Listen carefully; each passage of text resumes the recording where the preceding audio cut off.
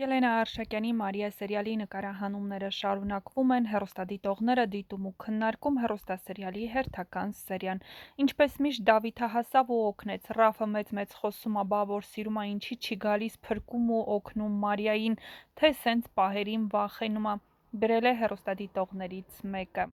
Ապրես Ռուբեն ջան, մեկը պետքա լինի, որ Ռաֆին իրա տեղը ցույց տա, Դավիթ ջան, ների Մարիային, հերիք ա, համ քեզ տանջես, համ Մարիային, շատ ճիշտ է անում, վաղուց պետք է ուղարկեր, էսքան բան էլ չէր լինի,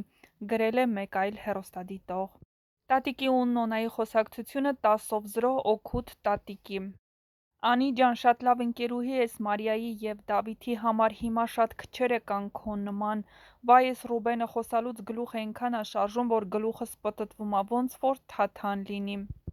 Դավիթ ջան, պարզից էլ պարզ ա երևում, որ սիրում ես Մարիային և անհանգստանում ես, բայց թաքցնում ես սերդ և զգացմունքներդ, մեկ չի Դավիթ ջան, մեկ լիներ, չէիր գնա Մարիայի հետևից, ահա այսպիսին էին այսօրվա սերիայի մեկնաբանությունները, եթե համակարծիք չեք, ապա գրեք ձեր կարծիքները։